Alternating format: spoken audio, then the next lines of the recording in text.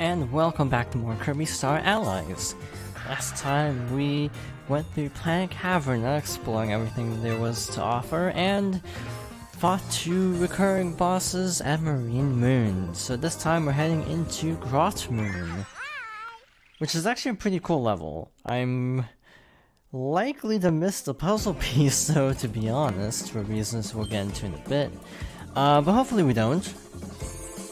I'm just saying the possibility exists. So we kind of need sword, and we also kind of need fire. So we're gonna grab both. Other than that, we don't really need a whole lot for this level. It's got a giant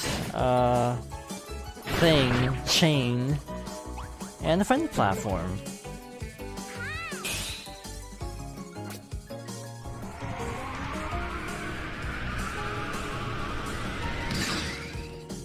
And yet again we have the Friend Star. Again, it takes on the properties of your lead character. So we needed cut to get through that. So metal blocks can be broken by anything. My least favorite part about the Friend Star stuff is just finding the dang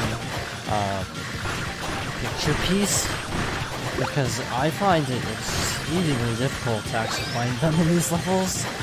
And not because it's actually hard to find them, it's just they're so open. They're kind of more vertical and horizontal, so I'm going to be hugging the walls a lot as a warning. Also, I swear this invincibility lasts a lot longer than most Kirby games. Or maybe it's just because of the Friend Star. But it felt like it went on really long, and I don't know why. Not complaining, being invincible and all, just something I was noticing.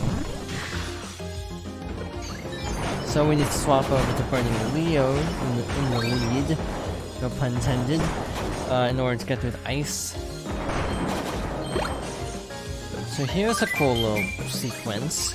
You have to cut this down, and then use Burning Leo to actually light it. Keep this in mind, you might need this in the future. Just hitting it with the fire doesn't work though, so you actually have to do it in this order.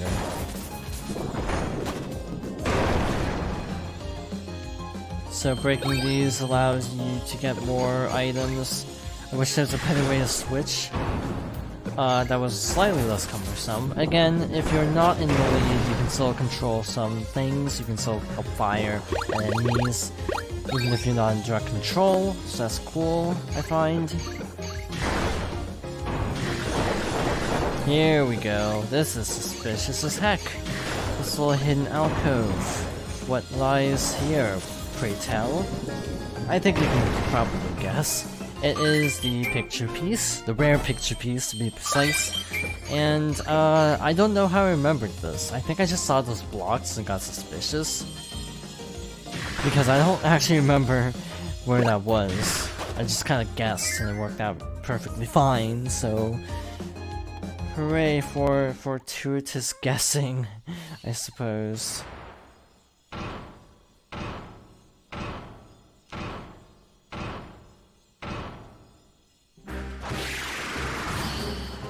And we have Grandmam, who's basically Iron Man from the old Kirby games. Except grand. It's a pun. It's a double pun. So what you need to do to defeat this boss is we need to use fire and sword to chip away at the armor, and then we can do damage. Obviously you can charge up if you want. You don't have to. No one's requiring you to charge up. Obviously if you have 4 people firing all at once, this goes very quickly and it's really straightforward. Slightly less so with with fewer players. So again, you gotta cut out the arm. They give you everything you need. So I got cut it by accident, so I'm gonna grab sword again, because I like sword better. So cut it down, light it up, break the armor. Okay, so these are just generic. I was like, what's Vidria's SARS gonna look like?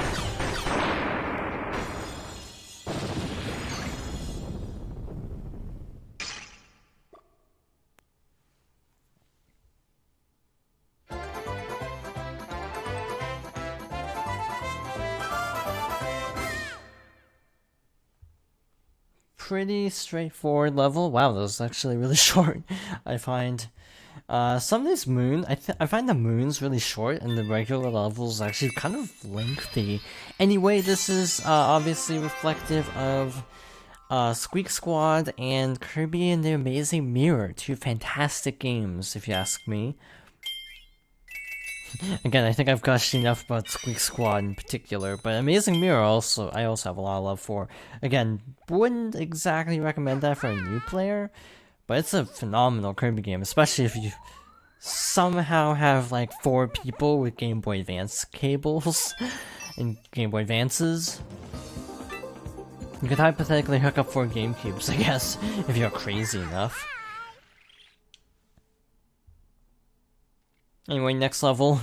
I didn't even read the name of it. It's the Frost one, that's all I remember. That reminds me of one channel I watched that did a playthrough of Four Swords Adventure, where they had 4 GameCubes with Game Boy players attached to a Wii in order to actually record everyone's perspectives. And I always thought that would be really cool if this channel did Amazing Mirror, but because of all sorts of editing problems of, you know, having 4 perspectives, it never happened.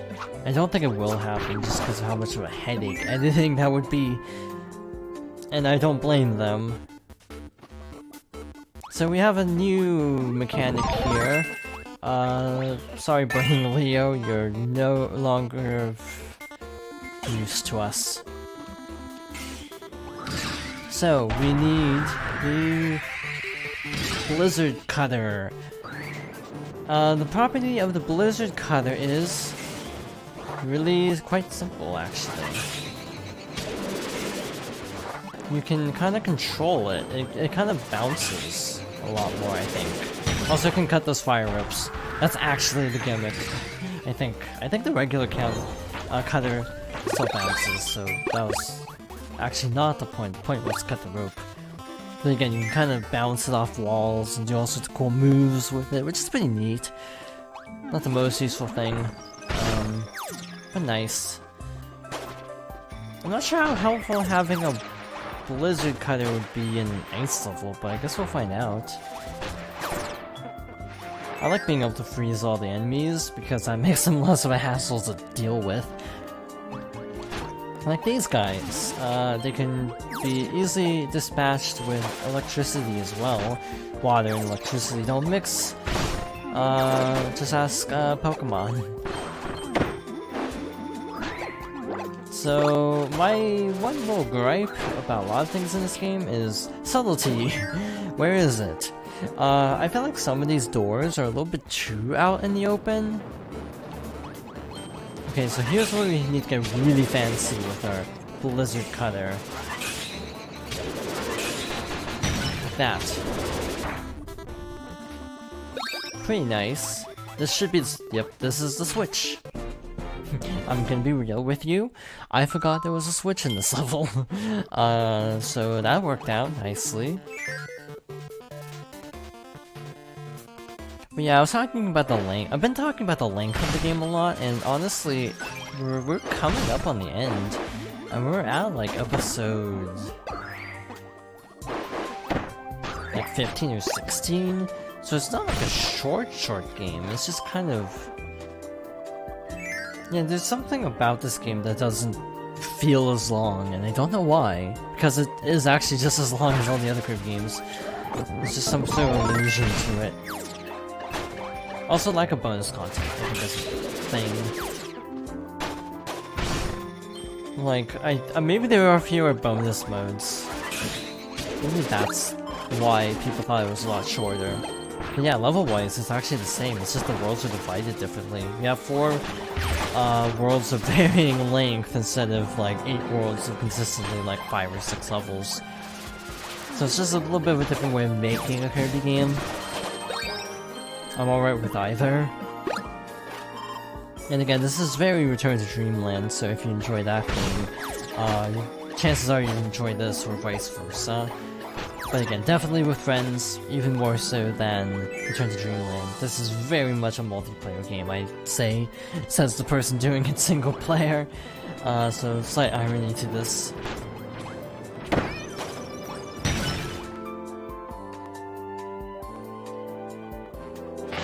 Is this Squeak Squad music?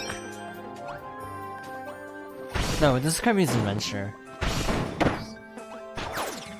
Like, I wanna say the, like, map music or intro music to, World 7? Part of it reminded me of that. Whether it's intentional or not, I obviously can't say, but that's just what it sounded like to me. Anyway, this is slightly, out in the open. But, we can cut this down. Obviously, we're blocked off, so luckily there's nothing important behind us, but now we have to drop down and grab the puzzle piece. You might notice that I'm getting a lot of puzzle pieces, and yet we've only completed 3 of like 12 pictures. Yeah, there's a lot of pictures, and they kind of... it's a way to encourage you to play the alternate modes. And frankly, adding in another alternate mode is a good thing, because it makes it so you don't have to replay the existing modes as much.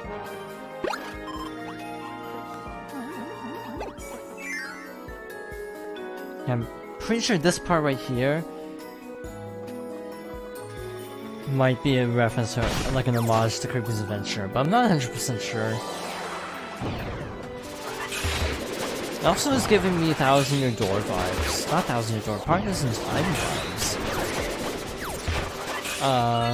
For some reason, something about this arrangement is reminding me of the final boss theme of Partners in Time. I actually can't decide why, because it sounds nothing alike. So this is a fun little thing, battling enemies on collapsing platforms. My favorite thing. Yes, I am making the platforms drop out on purpose. You'll see why later, I think. There's Festival again. Good if you need a one-hit kill move. And there we go. Never mind, dropping the platforms is nothing. I thought it was gonna be a superstar situation where if you drop the platforms out, then the enemies will just fall right into the pit, kind of like Bonkers in one part of the Great Cave Offensive. No offense to the Bonkers currently in our party, I should specify. I don't know how that was a 1. That felt really late to me. I'll take it, but I thought that was gonna be a 2. That felt like a 2 to me. I mean, it was close, I almost felt off, but still, the point stands. Point stands, I cut that way too close. Anyway, that's it. One more there, and the new puzzles obviously don't actually have, like, rare pieces, because obviously there's no way you'd be able to access them. So, hey look, we got a new extra stage, so that'll be next time. Along with This No Moon. That makes me think of, like, Missing No for some reason. Like the Pokemon. I wonder if Missing No will be in Pokemon Let's Go. I mean, by the time this video comes out, like, Let's Go will already be out, so I guess people will know. But I wonder if there will be any homages to Missing No. But yeah, next time we're gonna be doing Extra Planet Beta and This No Moon. Looks like we have another run in with our favorite General Francisca, except not really. I don't know who the favorite general actually is. It's not really something I've looked up in terms of research for this project, to be completely honest. But also, holy cow, we have 99 lives, or 92 lives. I saw the 9 and the 39 and got confused. But yeah, we're in no danger of a game over. I think it's safe to say. But in any case, thank you for watching, and I hope you join me next time for more Kirby Star Allies.